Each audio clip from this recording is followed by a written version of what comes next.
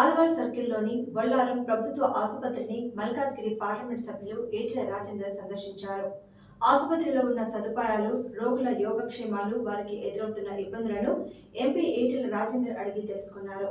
సిబ్బంది సమస్యలను కూడా ఆరా తీశారు. ఈ సందర్భంగా మీడియాతో మాట్లాడారు.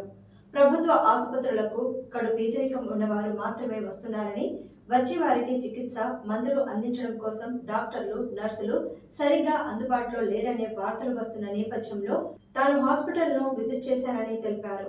గాంధీ, ఉస్మానియా లాంటి సూపర్ స్పెషాలిటీ హాస్పిటళ్లలో విపరీతంగా పేషెంట్లు పెరిగిపోయి సౌకర్యాలు తగ్గిపోయి ఇబ్బందులు పడుతున్నారని దృష్టికి వచ్చిందని, మల్కాజ్గిరి పరిధిలోని కంటోన్మెంట్ హాస్పిటల్, అర్బన్ హెల్త్ సెంటర్లను పరిశీలించి ప్రజలు సిబ్బందితో మాట్లాడినట్లు తెలిపారు. డాక్టర్లకు చూపించడానికి 50 రూపాయలు సర్వీస్ ఛార్జీలు పెట్టారు. పూర్తి స్థాయిలో మందులు అందించే ప్రయత్నం చేస్తామని, డెలివరీలు తక్కువ అవుతున్నాయని, నెలకు 4 నుంచి 5 మాత్రమే అవుతున్నాయని, పెంచే ప్రయత్నం చేస్తామని తెలిపారు. ప్రభుత్వ పరంగా ఉండేటువంటి హాస్పిటళ్లలో పేదవాళ్ళు మాత్రమే, కడుబీదరికంలో ఉన్న వాళ్ళు మాత్రమే వస్తున్నారు.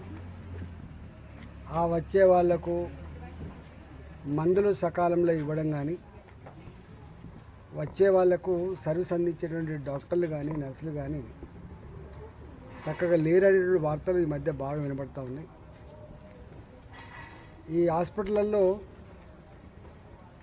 సూపర్ స్పెషాలిటీ హాస్పిటల్స్ ఏవైతే ఉన్నాయో, గాంధీ, ఉస్మానియా లాంటి హాస్పిటల్స్ ఏవైతే ఉన్నాయో, వాటిలో విపరీతంగా పేషెంట్లు పెరిగిపోయి సౌకర్యాలు తగ్గిపోయి ఇబ్బంది పడుతున్న పరిస్థితి దృష్టికి వచ్చింది.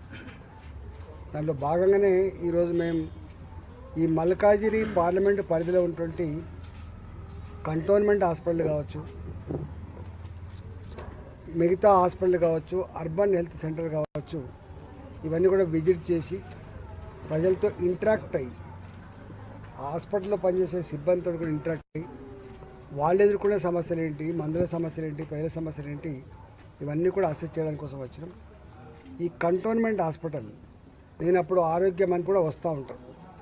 దీనికి ఒక అడ్మిషన్ ఫీజు అని 10 రూపాయలు, గైనకాలజీ అయితే ఒక 50 రూపాయలు, డాక్టర్ కన్సల్ట్ చేయాలంటే, పీడియాట్రిక్ చిన్నపిల్లల డాక్టర్ అయితే 50 రూపాయలు, ఇట్లా అనేక వాటికి సర్వీస్ ఛార్జీలు పెట్టారు.